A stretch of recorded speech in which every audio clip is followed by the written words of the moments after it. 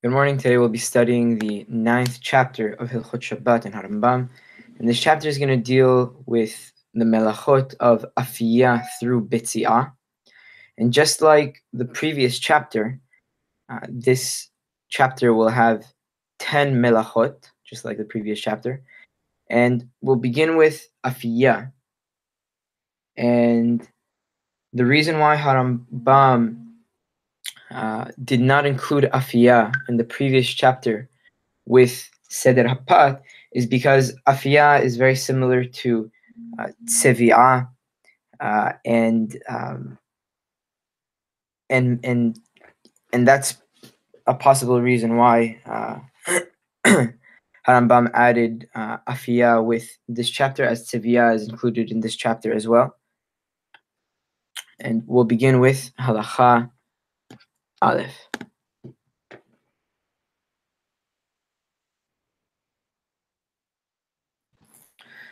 Halacha aleph. Ha'ofek ha'gerogeret hayav. Anyone who cooks the equivalent of a gerogeret, as we mentioned, a gerogeret is mehila, of afiyah is baking. Anyone who bakes the amount of a gerogeret, as we mentioned before, is a dried fig, is liable. אחד האופה את הפת או המבשל את המאכל או את הסממנים או המחמם את המים, הכל עניין אחד הוא. Anyone who bakes bread or cooks a dish or food, or even cooks a type of spice, or anyone who heats water, noting that here for Harambam, anyone who heats water is hayav.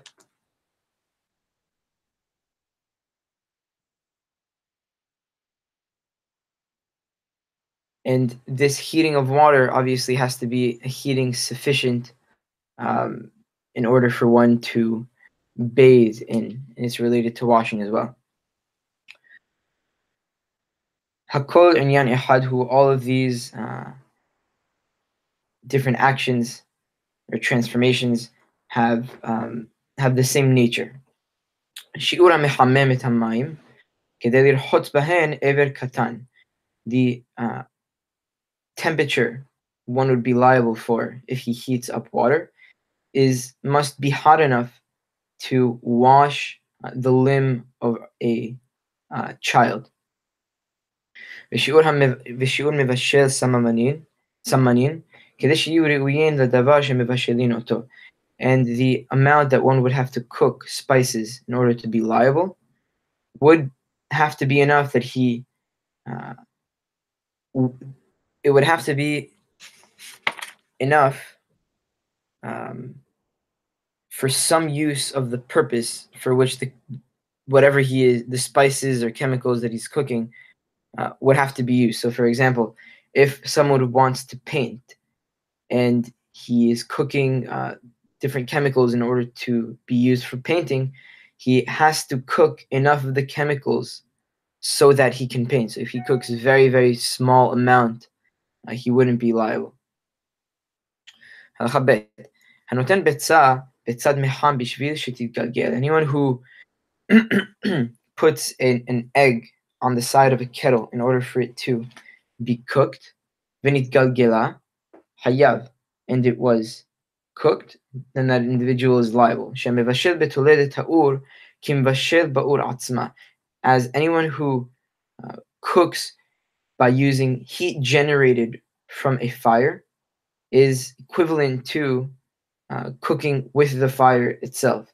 So just because you didn't cook directly with the fire, you cooked with heat generated from the fire, and you would be liable.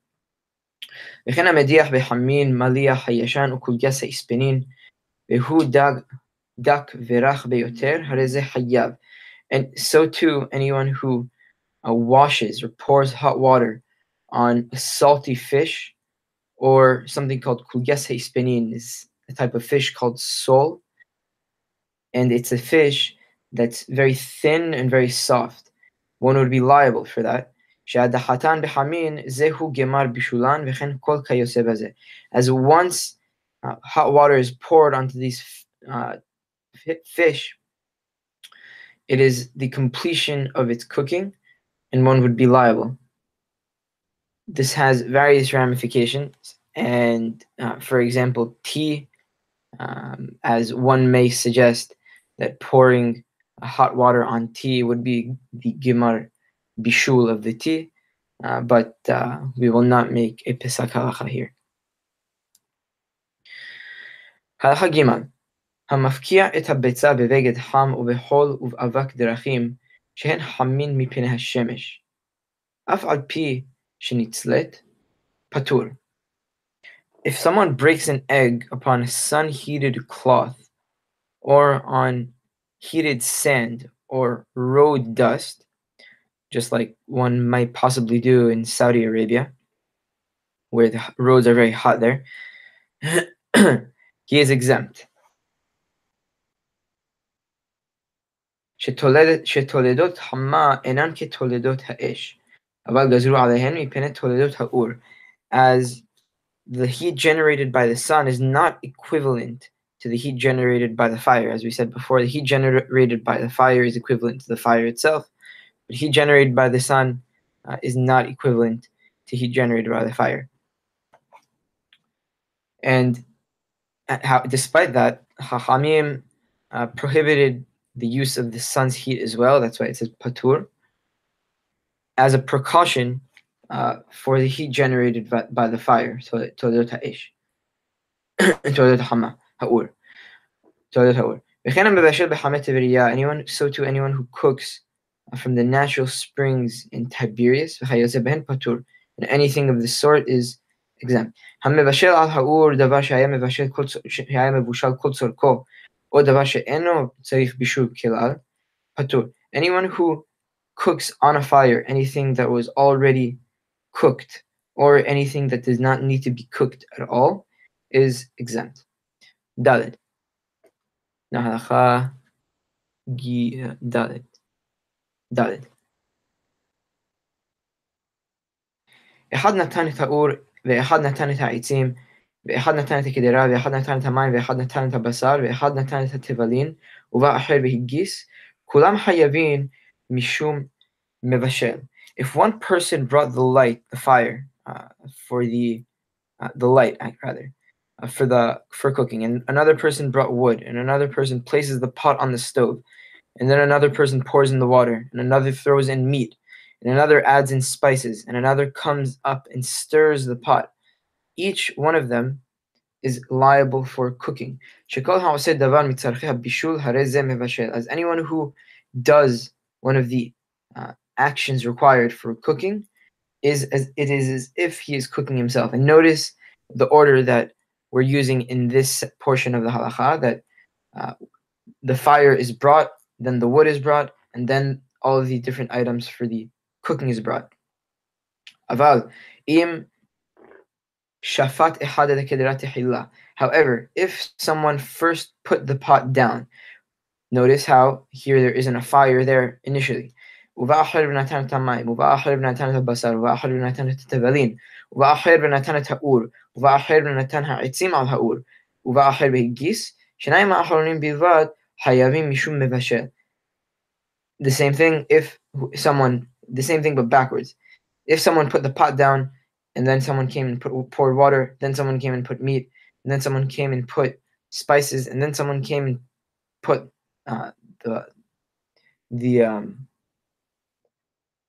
the light that they would kindle a fire with, and then someone came and put the wood, and then someone came and stirred, only the last two would be liable for cooking, because in this case, the fire is only existence in the second to last stage, and it is not considered cooking until there is a fire.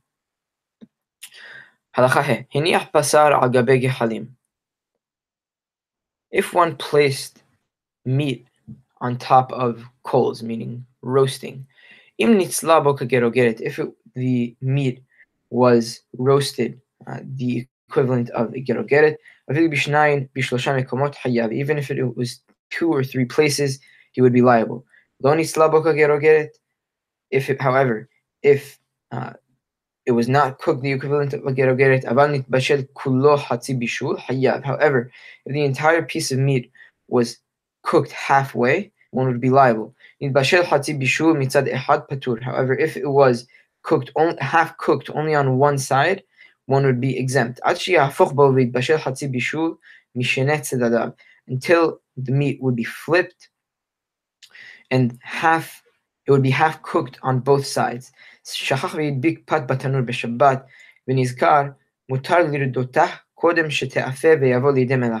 If someone forgot and stuck bread onto the oven on Shabbat, as we mentioned before, they would back in the day, and still today in the shuk, the process of making bread would be that they would take dough and stick it to the side of the oven.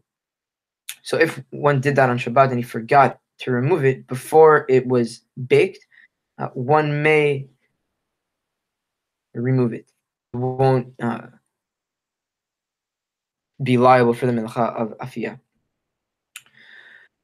Halacha vav. Hamatich echad mimine matachot kolshehu. If someone melted a type of metal, any amount, or if one heated a metal until it was red hot like coal, they would do this back in the day in order to shape the metal. One would be liable for as one would be liable as it is a derivative of bishul.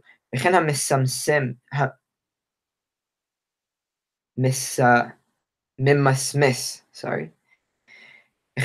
ממסמס את הדונג, או את החלב, או את הזפת, או את הכופר, והגופרית, וכיוצא בהן, הרי זה תולדת מבשל. So to anyone who melts, donag is a type of beef fat, or the haleb was the fat that was in the innards of the animal, which is actually asur to be eaten for some animals, or it has zefet, tar, or kofer is another type of tar, and gofrit is brimstone, in order to soften these.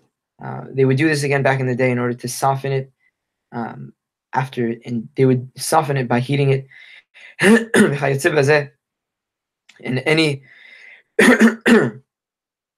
anything of this sort, this would constitute a derivative of bishul.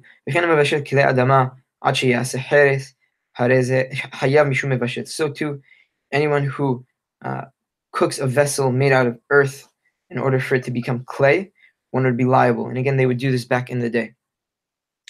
Now Rambam gives us the rule. Ben sheripa guf kashe ba'esh o sheyiksha guf rach hareze hayav mishum mevashel. If one weakened a soft substance using a fire, or if one softened a harder substance, again with a fire, one would be liable for bishul, again, just as we mentioned with the metal. Halacha zayin. Now we move to the different melachot that have to do specifically with making clothes. And back in the day, they would make clothes, and still today, by shearing sheep and all the processes that we'll describe in the following halachot. Halacha zayin. Hagozez tzemer o se'ar. Anyone who shears wool or hair, ben min habehema, ben min haya, ben min hay, ben min hamet, afilu min hashelach shelahen hayav.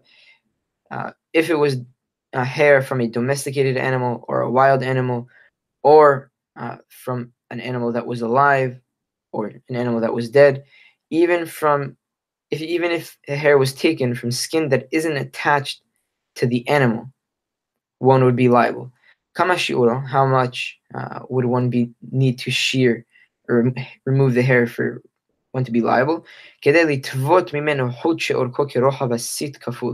order, the amount would be the amount needed to spin a thread that would be the equivalent of double a seat.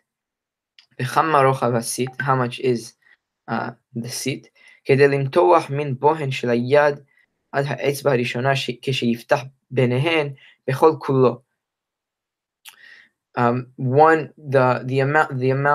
length of a seat must be, it is about the length between the thumb and the pointing finger when they are stretched out, as much as they can be stretched out.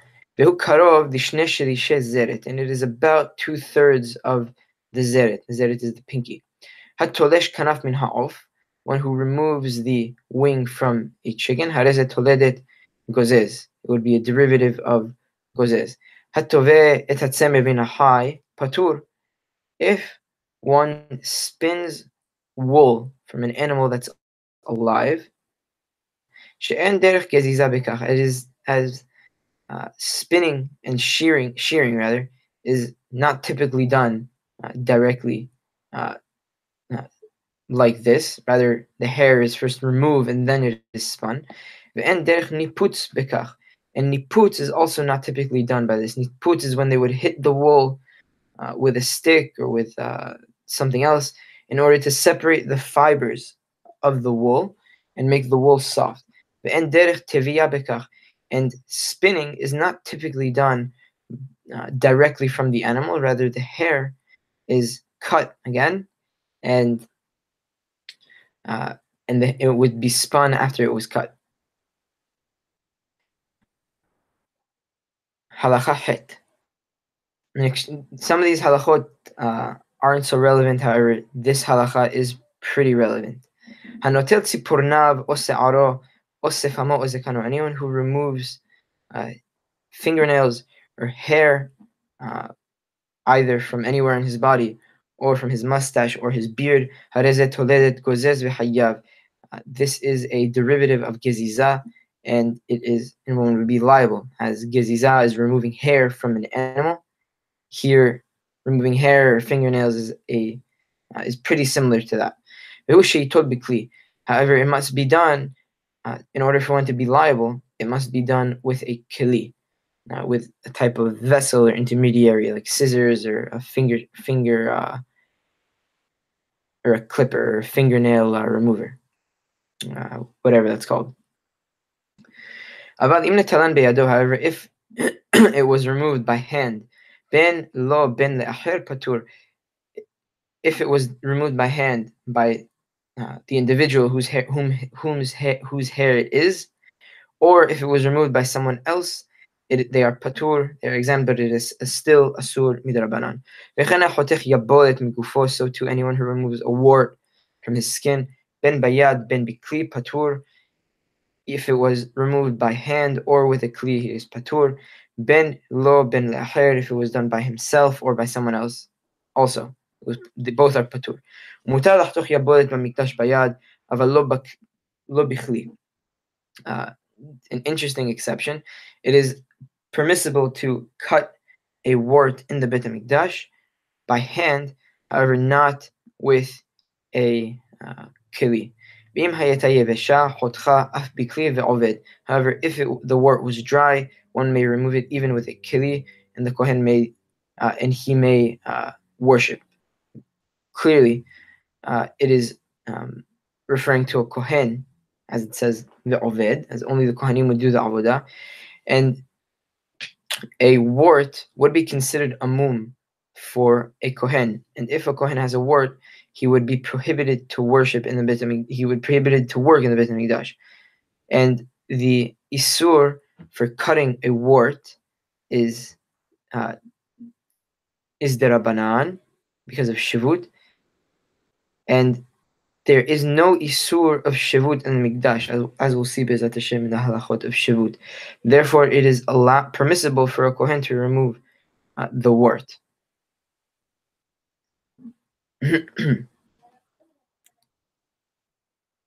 Halakha tet. Hanotel se'aro bichli. Kama yitol v'yeh hayav. If someone removes hair with a keli, how much must he remove in order for him to be liable? Shete se'arot. He would be liable once he removes 2 hairs. If one removed white hair from black hair, obviously in reference to men. Even if he removed one, he would be hayyab. As we mentioned in Hilchot Avodah Zarah, Perek Yod Bet Halacha Yod, that it is derech nashim to remove white hair from black hair, and even if he removes one, he would be hayyab. Tziporen Halacha Yod, Tziporen sheperesh ruba, v'tzitzin sheleor shepereshu ruban. If you have a nail that was mostly cut off, or pieces of skin that are mostly, again, cut off, or it's hanging, אם פירשו כלפי מעלה ומצערין אותו, מותר ליטול אותן בידו, אבל לא בכלי. If they were, if the majority of it was hanging upwards and it is bothering the individual, he would be allowed to remove them with his hand, however, not with a kli. אם ניטלן בכלי, פטור. And if it was removed with a kli, he would be exempt. ואם אינן מצערות אותו, however, if they were not bothering him, אפילו בידו אסור. Even to remove it by his hand, it would be prohibited. ואם לא פרש רובן, אפילו מצערות אותו, אסור ליטלן בידו. So too, if the majority of it was not removed, even if it was bothering him, it is prohibited for him to remove by hand. Im netalan bikli hayyab. And if he removes it with a kli, he would be liable. Halacha Yod Aleph. המלבן את הצמר, או את הפשתן, או את השני, וכל כיוצא בהן, ממה שדרכו להתלבן, hayyab. As you mentioned before, libun is when they would put the wool in water and rub it against itself and wring the wool in order to whiten it. And again, the water was typically very hot. So if one did libun with wool or with linen or with silk or any type of these, any material similar to this that people would typically do libun for, he would be liable. How much would he need to do in order to be liable? כדי לתבות ממנו חוט אחד אורכו כמלוא רוחב הסיט כפול, שהוא אורך 4 טפחים. One would be liable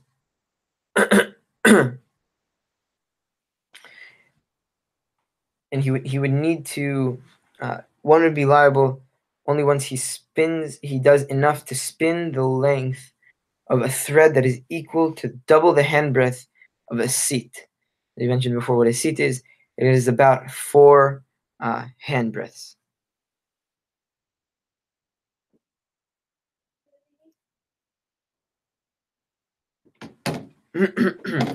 Yod Aleph. No, we are in. No, still in Halacha Yod Aleph. Yeah. Anyone who launders clothes, it is a derivative of libun, and one would be liable.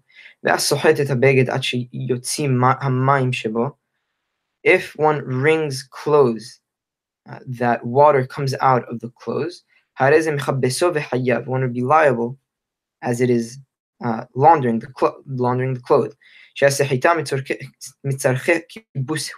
As wringing is one of the elements necessary for laundering. Just like mixing is one of the elements necessary for cooking.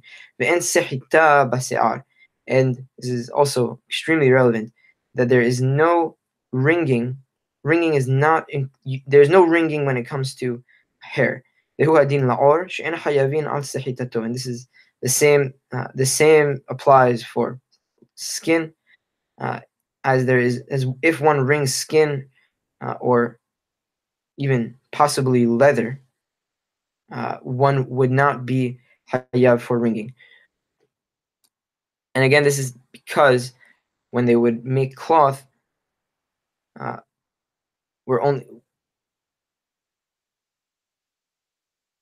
never mind. Halacha Yod Bet. המנפץ את הסמר, או את הפשתן, או את השני, וכיוצא בהן חייב. And we mentioned before, at the end of Halacha Zayin, what menapetz is. And niputz would basically be when they would hit the wool with a stick or something else of the sort to separate the fibers of the wool and to make the wool soft. So anyone who does any puts with wool or linen or silk or anything of this sort would be liable. How much would he need to do niputs in order to be liable? in order for him to be able to spin one string. Or and the string would have to be 4 tefahim long.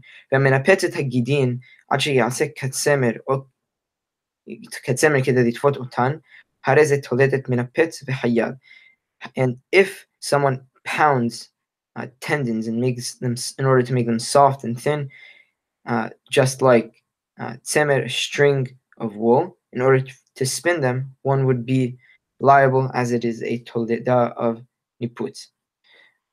Yod Gimel. הצובע חוט שאורכו 4 טפחים, או דבר שאפשר לטפות ממנו חוט כזה, חייב. If someone dyes a string that is 4 tefahim long, or something else that one would be able to spin from this type of string, he would be he would be liable. Or rather, a material from which a thread of this length can be spun, rather, he would be liable. One would only liable for tzevi'ah, for dyeing, only once he uses a dye that is permanent. However, a dye that is not permanent, כגון שהעביר סרק או ששר על גבי ברזל או נחושת וצבעו. However, if one used a dye that does not last, for example, sarak or shashar, they're both two types of two shades of red they would put on metal or bronze and they would color it or dye it. Patur, one would be exempt as he is not doing so purposely, and the color here is only being used temporarily. And he's not dyeing anything. An important rule Harambam is giving us: any melacha, any transformation that does not endure and does not stay for a long period of time is exempt. But again, it is still asur from Hachamim. Yod Daled. Ha'oseh ein hatzeva, harei ze toledet soveya v'hayav. If someone makes color, typically they would mix colors together or mix different things, as we'll see, with different colors in order to change the color, to brighten it or to darken it. Harei ze toledet soveya v'hayav. It is a derivative of tzoveya, and one would be liable. Ketzad, how so? Kion shenatan kalkantos letoch me afza. If, for example, someone took kankantos, is a type of salt, and he put it in a type of brownish dye, shena'asah kol shahor, thereby mixing it and making it black. Or shenatan isatis letoch me karkom, shena'asah kol yarok, or someone took a type of blue dye and mixed it with yellow dye, it would make green. And anything of this sort. How much would one need to mix in order to be liable? In order for he would need to mix a concoction of this sort in order to be hayav, the amount that he would need to mix in order to be hayav would be a thread that is 4 tefahim long. And again, notice Harambam gave two examples. One example of a type of material or element that is mixed with the dye, or two different dyes that are mixed together.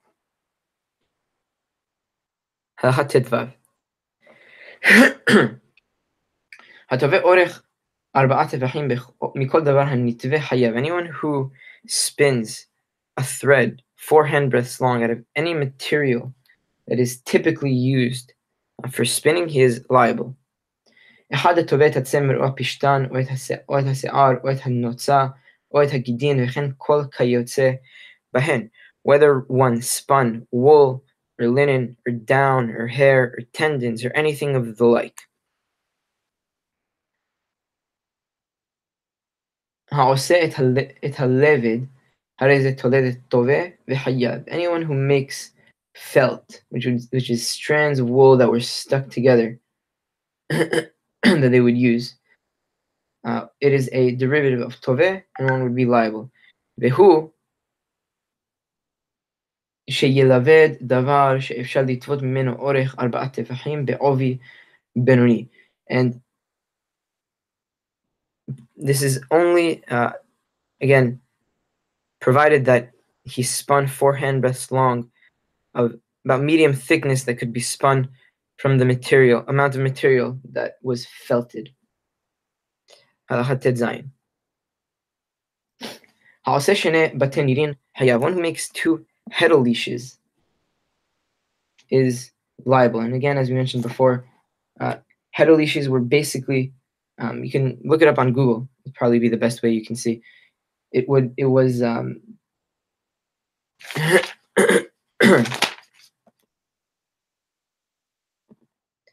heddle leashes were the type of metal circles that they would use in order for the thread to pass through while spinning.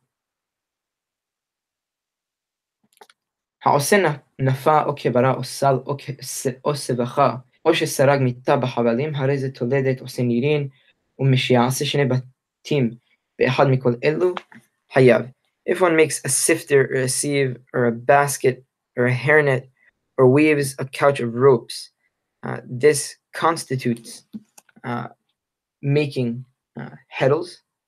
And once he makes 2 meshes of one of the materials mentioned, he would be liable. וכן כל העושה 2 בתים בדבר שעושים אותו בתים כגון אלו חייב. And so too whenever one makes 2 heddle leashes in any article constituting meshes, just like the materials mentioned above, he would be liable.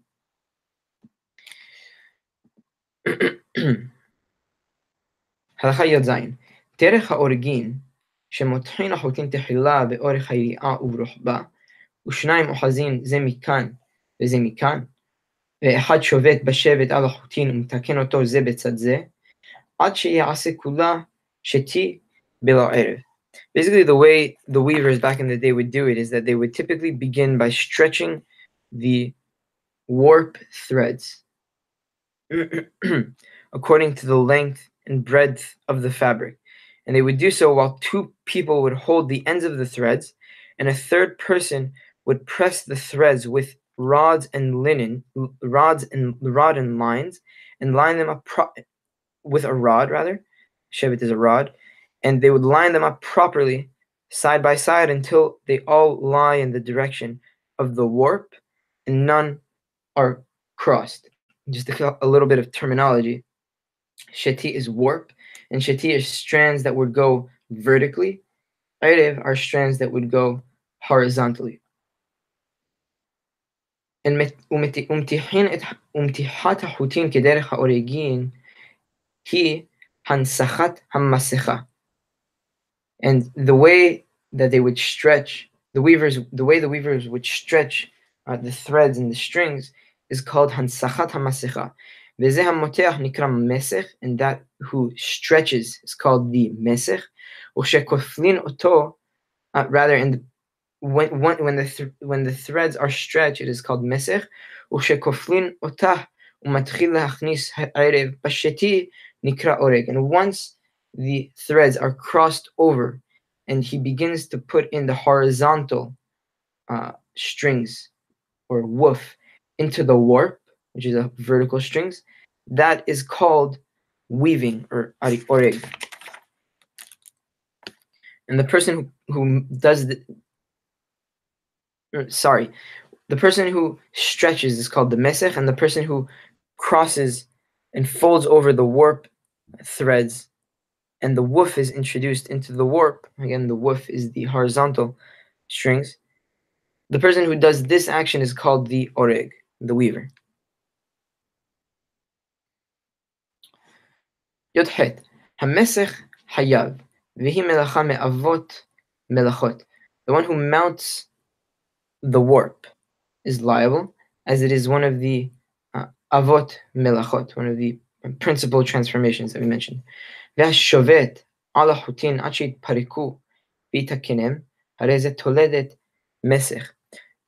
If one presses the threads until they are separate and lines them up properly, this is a toleda of mesech. וכמה שיעורן, how much would be required for them to be liable? משייתקן רוחב שתי אצבעות, when the threads have been lined up to the width of 2 finger breadths. וכן האורג שני חוטין ברוחב שתי אצבעות חייב. So too, anyone who weaves 2 threads the length of 2 finger breadths would be liable. בין שהרגן בתחילה, בין שהיה מקצת הבגד ארוג, והרג על האריג, שיעורו שתי חוטין. And it doesn't matter if the threads were already woven, or if part of the cloth was already woven and you simply add to the already made cloth. The minimum amount is 2 threads, and one would be hayav for that, for 2 threads again. And if someone threaded or weaved 1 string, but he completed the making of that cloth or that beged garment, he would be hayav. Arag bisfat hayri'ah shene chutin berochav shelosha batin nirin hayav. If one weaved 2 threads at the selvage, at the at the selvage, is at the end of the thing that they would use to make. Basically, it was the end of the machine, which is the yiri'ah, sifat hayri'ah, the machine that you use to weave. Shene chutin berochav shete batin nirin hayav. If one, again, weaves 2 threads at the end of the machine to a width of 3 hedolishes, he is also hayab. What is this similar to? Le'oreg tziltzul katan berochav shelosha batanirin. It is analogous to weaving part of a narrow tape 3 hedolishes wide. הלכה י"ט המדקדק את החוטין ומפרידן בעת ההריגה הרי זה תולדת אורג. If one presses the threads and keeps them separate during the weaving, he would be liable, as it is a toleda of weaving. וכן הקולע את הנימין, so to one who braids yarn, הרי זה תולדת אורג, one would be liable for הריגה, for תולדה of הריגה, ושיעורו משיעשה קליעה באורך שתי אצבעות, and he would be liable once he makes a piece that is 2 finger breadths long. Halacha chaf, final halacha. Habotzea shene chutin hayav. One who removes 2 threads would be liable. Uvotzea hu mafrid et ha'arig. One who removes the threads, when we say that, we're referring to someone who separates something woven. Ben shehotzi ha'erev, ben shehotzi hasheti, or shehoevir hasheti me'al ha'erev, harei ze botzea v'hayav. It doesn't matter if one removed the horizontal or the vertical strings, or the woof or the warp. This constitutes removing, and he would be liable, provided that his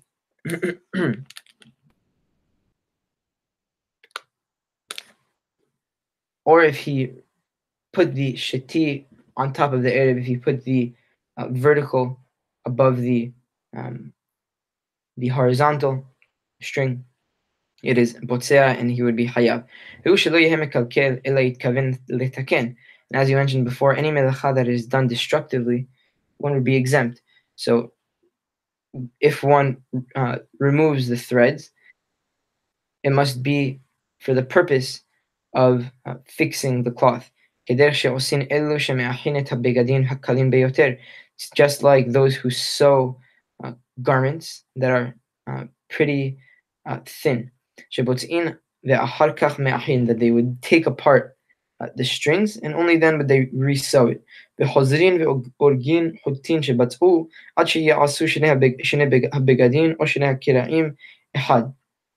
once they remove and take apart the cloth, they would go back and resew it until the two garments are made into one.